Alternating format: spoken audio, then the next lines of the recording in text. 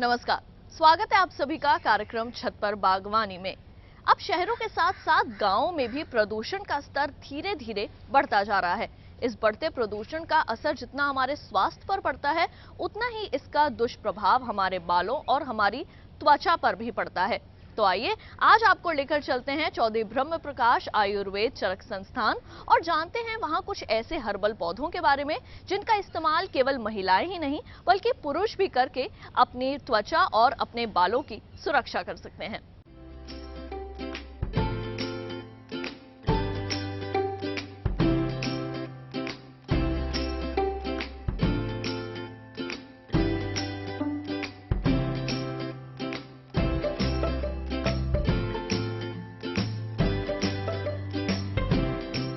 सुंदर दिखना ये एक नेचुरल इंस्टिंक्ट है, क्योंकि भगवान ने हमें जो रूप दिया है वो तो हम बदल नहीं सकते, लेकिन जो हमें मिला है उसको अच्छा रखना, जैसे त्वचा की कांति, वर्ण निखारना, ये हमारे हाथों में है।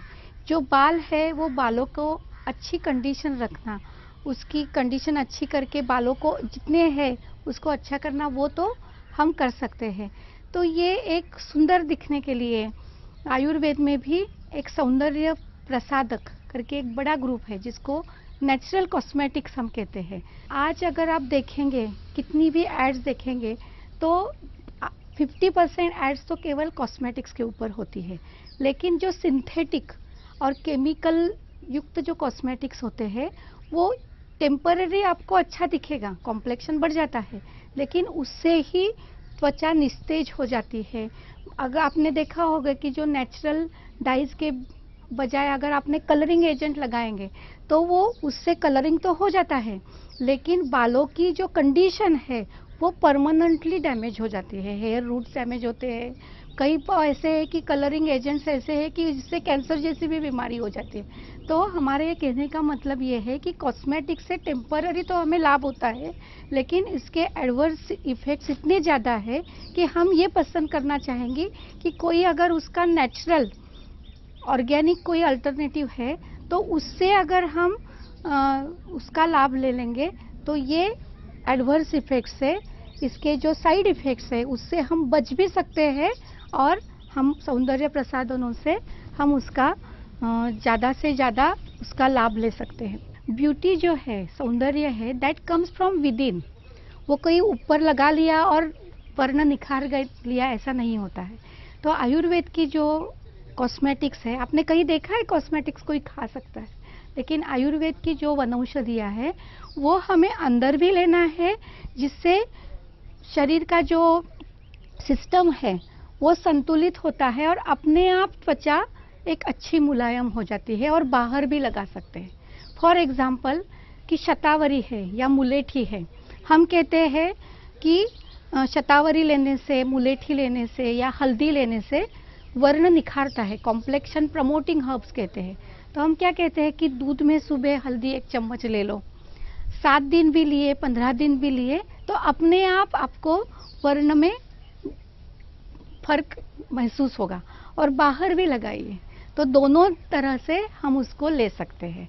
So that improves, all cosmetics है वो इंटरनल एनवायरनमेंट इम्प्रूव करते हैं और उसका हमें नतीजा बाहर दिखाई देता है।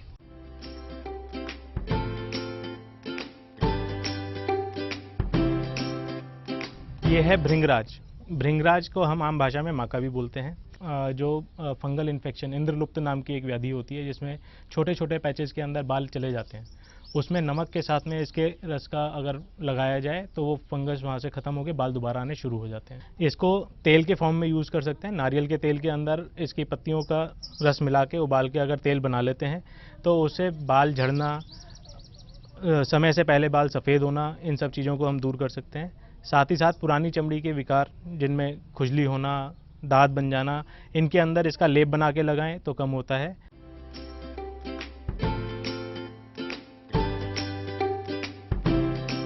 ये जपा का पौधा है, सामान्य भाषा में इसको गुड़हल के नाम से भी जानते हैं। इसके दो तरह के पौधे आपने देखे होंगे, एक वो होता है जिस पे लाल रंग का फूल आता है, एक दूसरा जिस पे सफ़ेद रंग का फूल आता है। औषधि दृष्टि से अगर देखें बालों के लिए जैसे हम इसको यूज़ करते हैं, उसके लिए अगर देखें तो लाल रंग के फूल वाला जो पौधा होता है वो उत्तम होता है, उसी को आपको दवाई बनाने के लिए प्रयोग में लाना चाहिए।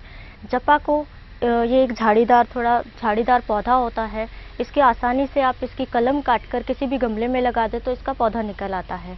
जपा के पौधे पर लगभग पूरे ही साल इस पे फूल आता है, इसलिए आप इसको अगर घर में लगाते हैं या अपनी बालकनी में लगाते हैं तो आपके घर की और बालकनी की न केवल सुंदरता ही बढ़ती है, बल्कि आपको घर में ही एक ऐसा पौधा मिल जाता है जो औषधीय गुणों से भरपूर है। विशेष रूप से अगर हम देखें तो इसको त्वचा के रोगों के लिए और बालों के लिए बहुत ही गुणकारी है। बालों को काले, घने, चमकदार बनाने के लिए जपा के पत्तों को 4-5 पत्ते आप ले लीजिए, 4-5 पत्तों में थोड़ा सा मेथी दाना पाउडर मिला के और त्रिफला का पाउडर मिला के किसी भी लोहे के बर्तन में अगर आप रात को पानी के साथ भिगो के रख देंगे तो सुबह उसका पेस्ट बनाकर जो भी आपका बालों की जड़ों में लगाने से बाल काले, घने, मजबूत हो जाएंगे या चमकदार हो जाएंगे। साथ में आप जपा के फूलों को भी यूज़ कर सकते हैं। जपा के फूलों को थोड़ा सा भृंगराज के कल्क के साथ मिला के आप तिल के तेल में मिला के अगर इसको तेल सिद्ध करते हैं तो उस तेल को नियमित रूप से लगाने से बाल मजबूत होंगे और काले हो जाएंगे। जिन व्यक्तियों को गंजेपन की शिकायत होती है या फिर ऐसी अवस्था जिसमें बाल जो है वो जल्दी से झड़ जाते हैं, बाल रूखे होते हैं, उस अवस्था में इसके फूलों के पेस्ट को बनाकर ऑलिव ऑयल के साथ, जैतून के तेल के साथ मिलाकर उस प्रभावित स्थान पर लगाना चाहिए, जिससे नए बाल आने जो है वो शुरू हो जाते हैं और बालों का झड़ना जो है या असमय सफ़ेद होना जो है वो रुक जाता है। नियमित रूप से अगर आप इसके एक फूल का सेवन करते हैं पानी के साथ, जैसे अगर सूखा हुआ फूल है तो आप उसके पाउडर को पानी के साथ मिला के या फिर दूध के साथ मिला के आप डेली खा सकते हैं। इसके फूलों को सेवन करने से स्किन डिजीज़ जो होती है उनसे न केवल बचाव होता है बल्कि आपकी त्वचा में चमक आती है, खून साफ होता है, फोड़े फुंसियाँ जो होते हैं वो आपके शरीर में नहीं निकलेंगी।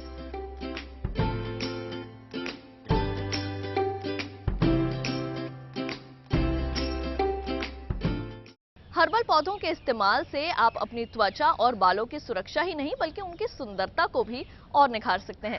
कार्यक्रम में वक्त हो चला है एक छोटे से ब्रेक का। आप कहीं मत जाइए और देखते रहिए हमारा कार्यक्रम छत पर बागवानी।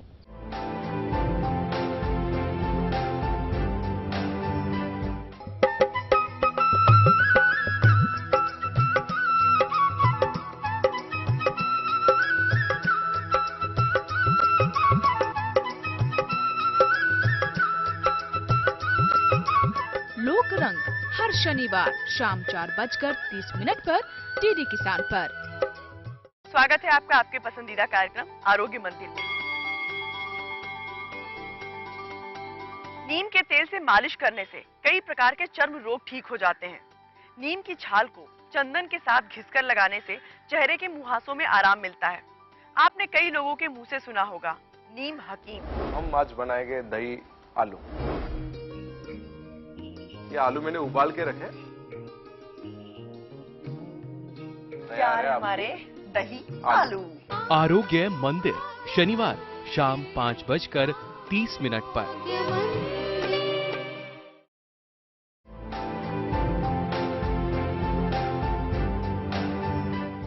ब्रेक के बाद आप सभी का स्वागत है और आप देख रहे हैं कार्यक्रम छत पर बागवानी। तो आइए एक बार फिर से रुख करते हैं चौधरी ब्रह्म प्रकाश आयुर्वेद चरक संस्थान का और जानते हैं कुछ और हर्बल प्लांट्स के बारे में।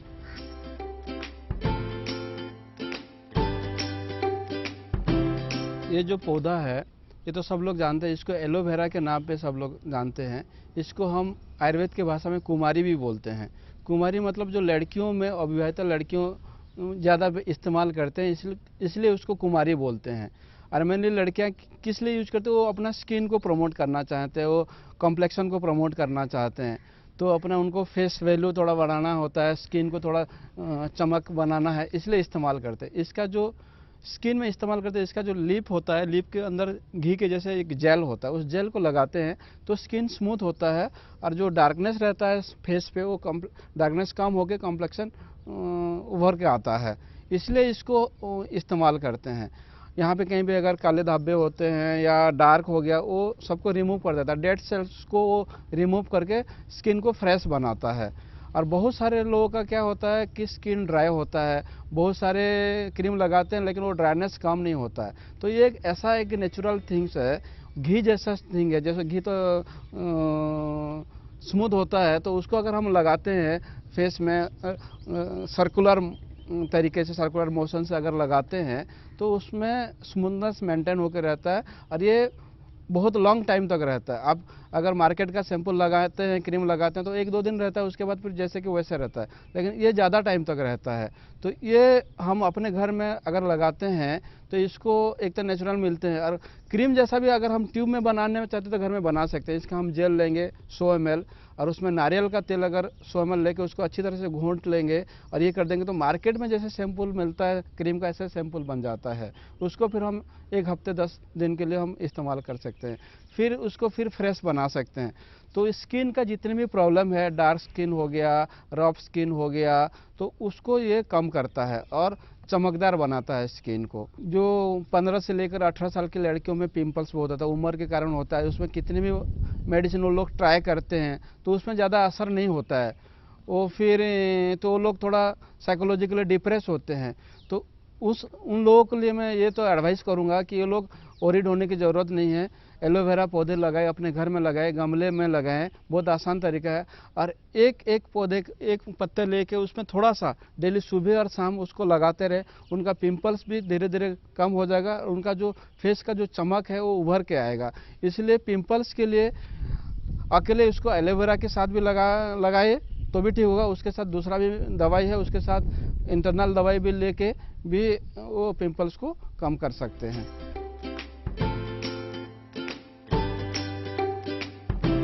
ये बाकुची का पौधा है। बाकुची जिसे हिंदी में हम बाबची कहते हैं, इसका भी एक सीधा पौधा होता है, लगभग 1 से 3 फीट तक ये पौधा जाता है। बीजों को चिकित्सा में हम इसके प्रयोग में लाते हैं। ये पौधा जो होता है त्वचा के रोगों के लिए आयुर्वेद में एक रसायन औषधि के नाम से बताया गया है। इसके बीज जो होते हैं, बीजों के द्वारा ये पौधा बहुत ही आसानी से आप घरों में लगा सकते हैं, गमलों में, छत पर, बालकनी में, कहीं भी बहुत आसानी से ये उग जाता है। त्वचा की एक बीमारी होती है ल्यूकोडर्मा, जिसे हिंदी में सफ़ेद दाग कहते हैं। उस रोगी को क्या होता है कि इस त्वचा के विभिन्न स्थानों पर, शरीर के विभिन्न स्थानों पर सफ़ेद सफ़ेद दाग हो जाते हैं। हमारी त्वचा में ये जो सफ़ेद दाग होते हैं, ये एक रंजक तत्व होता है जिसको मेलामिन कहते हैं। मेलामिन नाम के पिगमेंट की कमी की वजह से ये सफ़ेद दाग होते हैं।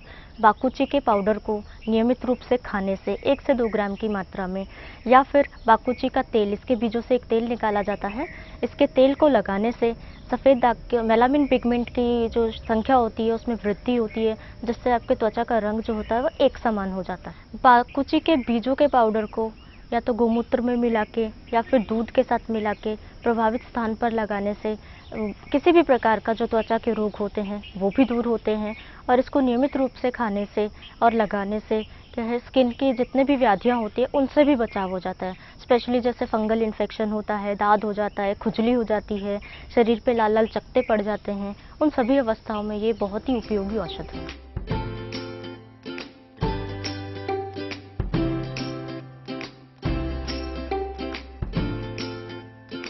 गिलोय जो है एक लता है जो किसी भी घर में बागबानी करते हुए आप छत पे लगा सकते हैं। ये हर सीज़न में अवेलेबल होती है और स्किन के ऊपर इसके बहुत ही अच्छे रोल हैं। इसको अमृता कहा गया है, मतलब जो अमृत के समान हो, तो बहुत सारी बीमारियों के अंदर इसका प्रयोग में आता है। ये इसकी जो तना होता है यही प्रयोग में लाया जाता है, सत्व बना के, रस बना के, जूस निकाल के, बहुत तरीके से इसको हम यूज़ में लेके आ सकते हैं। इसका जो तना लेना है वो एक अंगूठे के बराबर हो तो आइडियल होता है, वो सबसे अच्छा माना गया है। एक व्यक्ति की डोज एक बार में रस के लिए 1 बलांत, 1 गिट के बराबर आप तना ले लें, पत्ते हटा दें और उसको उबाल के जो रस बनाया जाता है वो सुबह शाम पिलाएं तो बहुत जल्दी फ़ायदा करता है। स्किन के बारे में ये एंटी एजिंग है, तो जो ब्लेमिशेस आती हैं, चेहरे पे झुर्रियाँ पड़ती हैं, एक्ने हो जाते हैं, उन सब के अंदर इसका बहुत ही अच्छा रोल में लेके हम आ सकते हैं। सत्व का प्रयोग ज़्यादा अच्छे से होता है स्किन की बीमारियों के अंदर।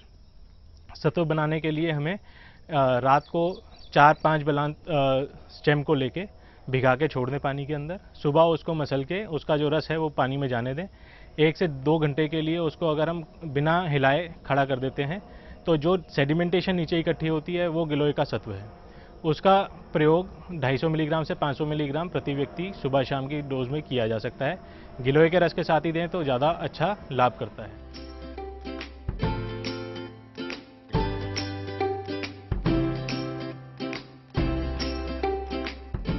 कार्यक्रम में वक्त हो चला है एक और छोटे से ब्रेक का, लेकिन हर्बल प्लांट्स के बारे में जानकारियां अभी और भी बाकी हैं। आप कहीं मत जाइए और देखते रहिए हमारा कार्यक्रम छत पर बागवानी।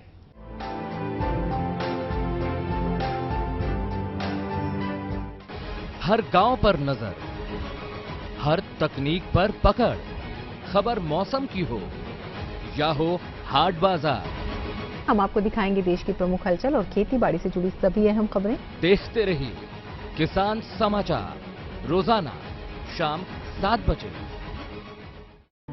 आस्था के सागर में हो जाएं सराबोर, प्रभु की अनुकंपा से बंधे जीवन की डोर, सफल और सार्थक बनाएं अपना जीवन, आशा और विश्वास जगाए जीवन दर्शन, रोजाना सुबह 6 बजे।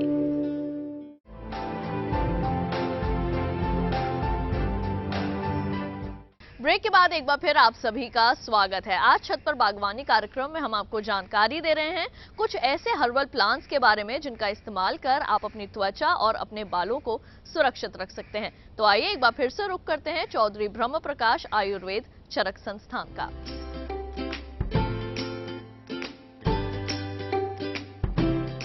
यह उशीर नामक पौधा है जिसको आम भाषा में खस बोलते हैं। इसको गमले में लगाना बहुत आसान है। खस का प्रयोग विशेष रूप से त्वचा के रोगों में किया जाता है। क्योंकि ये शीत गुण वाली पौधा है, इसलिए ये अधिक जिनको पसीना ज़्यादा आता है, हाथ पैरों में ज़्यादा पसीना आने से या पसीना की दुर्गंध आने से इसके मूल का अगर लेप करते हैं तो यह उसकी पसीने की दुर्गंध को दूर करती है। इसके अलावा ग्रीष्म ऋतु में जैसे फोड़े फुंसियाँ अधिक निकल आते हैं या छोटे छोटे दाने निकल आते हैं स्किन पर, इसके नित्य प्रयोग से इसका हिम बनाकर या फांट बनाकर इसका प्रयोग करते हैं तो वो क्योंकि पित्त की व्याधियाँ ज़्यादा हैं तो उनमें ये शीत गुण होने की वजह से उनको दूर करती है।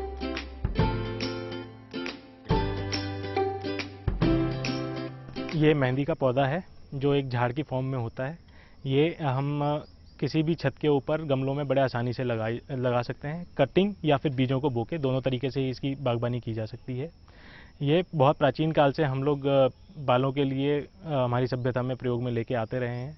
आजकल एक नया ट्रेंड चल गया है कि डाइज़ को यूज़ करना है बालों के लिए, लेकिन उससे बहुत नुकसान होता है। उसमें अमोनिया होता है जो आसपास के बालों को जो पहले से ही काले हैं उनको भी सफ़ेद करना शुरू कर देता है, जड़ों को कमज़ोर कर देता है। इन सब चीज़ों से बचने के लिए हम मेहंदी का अगर हम प्रयोग में लेके आएँ तो बहुत लाभ देता है।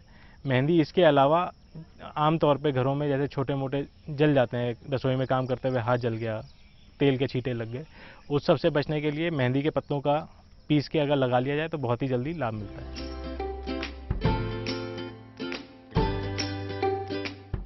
ये हल्दी का पौधा है। हल्दी को न केवल हम घरों में मसाले के रूप में यूज़ करते हैं, बल्कि हल्दी के बहुत सारे औषधीय गुण भी हैं, जिसकी वजह से हम इसको घरों में लगा के इसको प्रयोग में ला सकते हैं। जैसे हल्दी को विवाह उत्सव में, हवन में, पूजन में, इन सभी विधियों के लिए भी हल्दी को यूज़ किया जाता है। हल्दी का पौधा जो होता है ये एक छोटा सा अदरक के जैसा दिखने वाला, ये एक सदा हरा रहने वाला एक छोटा सा पौधा होता है। लगभग 1 फीट तक का ये पौधा होता है। इसके नीचे एक जड़ होती है, कंद होती है। उस कंद को निकालकर अगर तोड़कर आप किसी और गमले में या ज़मीन में लगा लेते हैं तो इससे नया पौधा निकल जाता है। इस प्रकार से आप बहुत ही आसानी से आप इस पौधे को, बहुत सारे पौधे आप अपने घरों में बालकनी में लगा सकते हैं।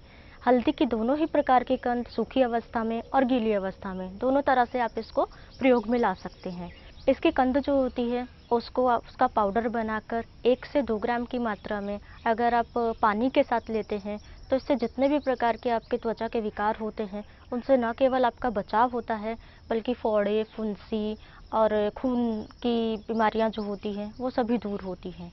हल्दी को नियमित रूप से अगर आप 1 चम्मच हल्दी के पाउडर को दूध के साथ अगर लेते हैं तो किसी भी प्रकार की एलर्जी जो होती है, स्किन एलर्जी, फोटोसेंसिटिविटी या फिर स्किन का काला होना या बहुत ज़्यादा फोड़े फुंसियाँ निकलना, ये सब तकलीफ़ें जो है इनसे बचाव हो जाता है।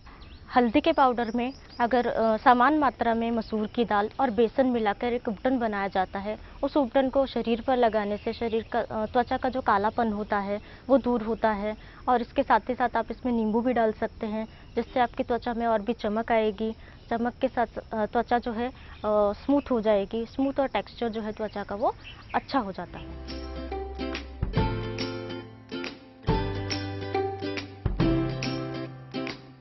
ये आयुर्वेद की जो जड़ी बूटियाँ है, वनौषधि है, ऐसी है कि इसका हम नित्य सेवन कर सकते हैं। जैसे हल्दी, शतावरी, गिलोय, नागरमोथा, मुस्ताम, ये ऐसी जड़ी बूटियाँ है कि इनका हम रोज नित्य सेवन करते हैं, जिससे आपको ये एक सभी वनौषधियाँ है कि जिसको वो स्वस्थ हित रोज नित्य सेवन करने वाली है। बाहर भी रोज लगा सकते हैं, पेट में भी ले सकते हैं, और उसके लिए कोई भी सीजन का कोई भी मायने नहीं रखता। मतलब दीज आर दी मेडिसिन, जड़ी बूटियाँ, कि उनको आप 24/7 12 मास आप उसका सेवन कर सकते हैं।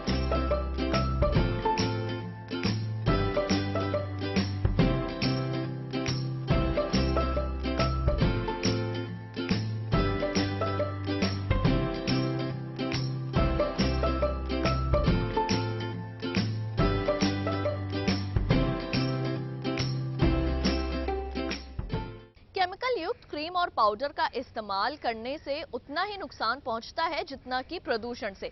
ऐसे में हर्बल प्लांट्स का इस्तेमाल करना काफी अच्छा रहता है। आज हमने रुख किया था चौधरी ब्रह्म प्रकाश आयुर्वेद चरक संस्थान का, और वहां कुछ ऐसे हर्बल प्लांट्स के बारे में जाना जिनका इस्तेमाल कर आप अपनी त्वचा और बालों को सुरक्षित रख सकते हैं। आज के कार्यक्रम में केवल इतना ही, लेकिन अगले कार्यक्रम में फिर होगी मुलाकात कुछ अन्य महत्वपूर्ण जानकारियों के साथ। तब तक के लिए हमें दीजिए इजाजत। नमस्कार।